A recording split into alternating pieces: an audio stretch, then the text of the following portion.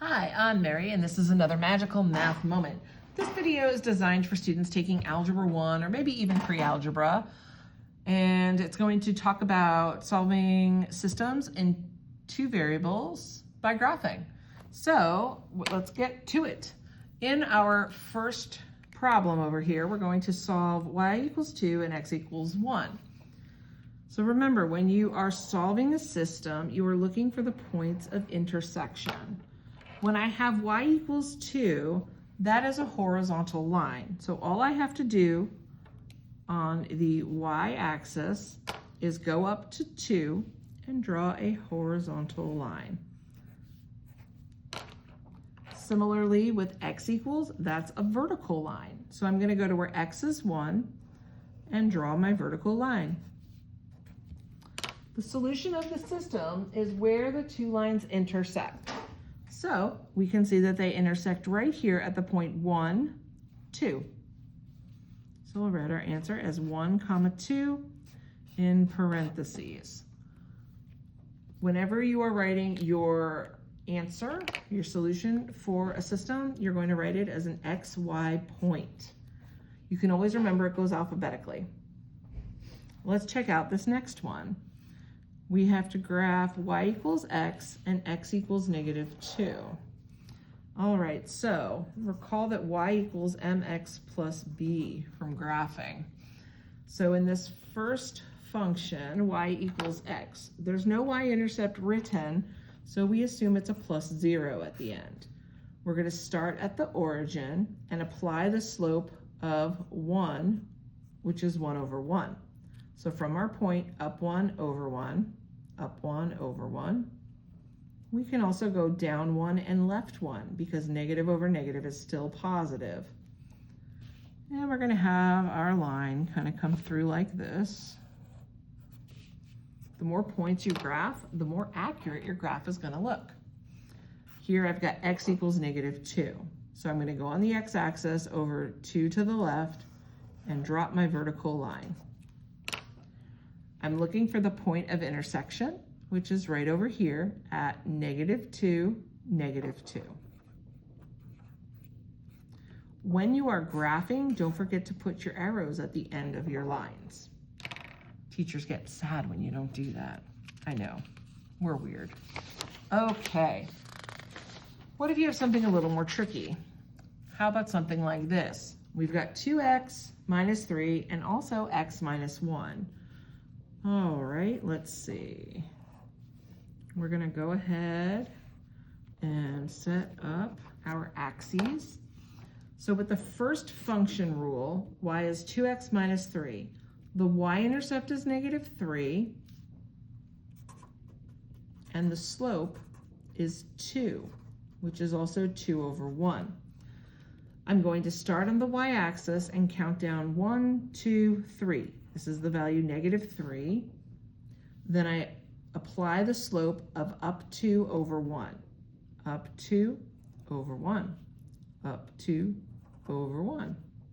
Woo. Down 2, back 1. Okay, so I have a bunch of points. Then I can connect them.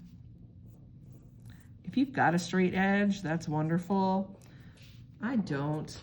I probably have one around here somewhere, but I'm not sure right now where it is. So I'm just going to do the best I can. And that's not a bad line.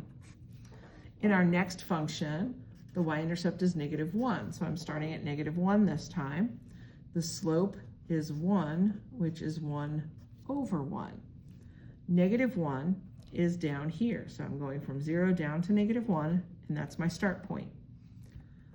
From there, I'm going to move 1 up, 1 to the right. Up 1, over 1. Up 1, over 1. Up 1, over 1. Up 1, over 1. I can also go down 1 and back 1. So there's my line this way. Ooh. Okay, that graph was not as good. And hopefully you can see we have a point of intersection right here at 2, 1. Not too bad. Sometimes they like to give you problems that are in standard form. So here we have 2x minus y equals -3, and 4x minus 2y is equal to -6. So we're going to take the first equation and manipulate it to solve for y. So I'm going to subtract 2x on both sides to start with. I have -y equals -2x minus 3. And now you might be thinking, Mary, what are you doing? Why are you putting the x term first? Remember, the goal is to get it into slope-intercept form, which is y equals mx plus b. So I want that term with the x first. That's why I'm putting the -2x first. -3 goes to the back. I need to solve for y, not -y.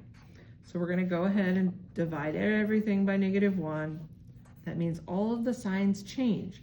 Negative divided by negative is positive. Same thing for this. So here is our first function.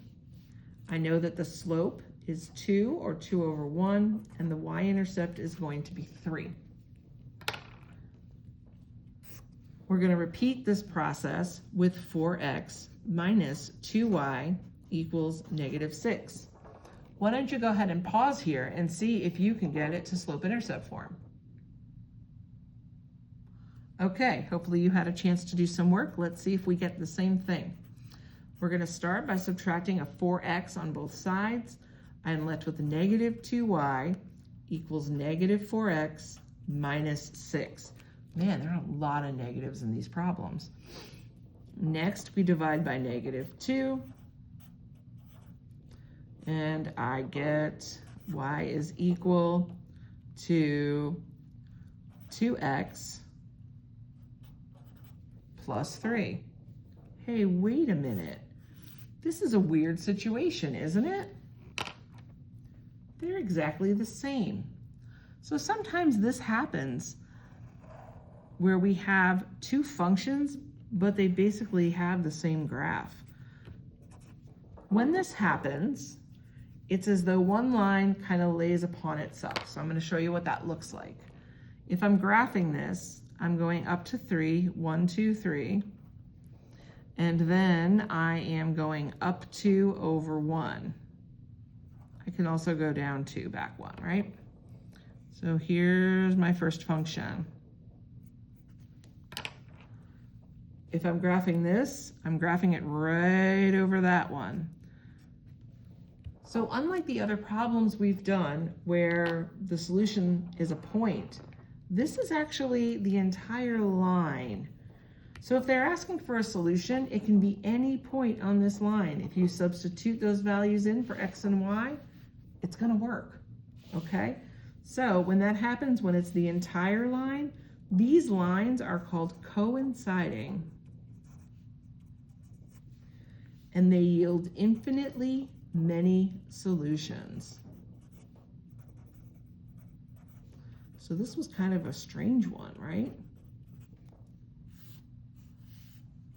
Okay, I've got one more to show you, and it's also kind of a strange one, but you might pick up on what's going to happen based on what you learned previously about special types of lines. So what if we are going to solve y equals 1/2 x minus 1 and y equals 1/2 x plus 2? Now you might be looking at that and saying, hey, wait a minute, the slopes are the same. And hopefully you recall from what you've studied thus far with linear functions that when lines have the same slope, they are parallel. So I'm going to graph the first one by starting at -1, applying the slope of 1/2, up 1 over 2, up 1 over 2, down 1, back 2, down 1, back 2. And there's my line. I'm going to do the same thing over here, 1/2 x plus 2. We're going to begin at 2, and then the slope is 1/2, up 1 over 2, up 1 over 2, down 1, back 2, same thing here, and there you go. Now since you know these lines are parallel, they are never going to intersect. So if they don't intersect, that means this system does not have a solution, and this has no solution. Okay, I hope this video has been helpful for you. Thank you so much for watching. Feel free to share with your friends and classmates, subscribe for some more algebra content, and I'll see you next time. Bye.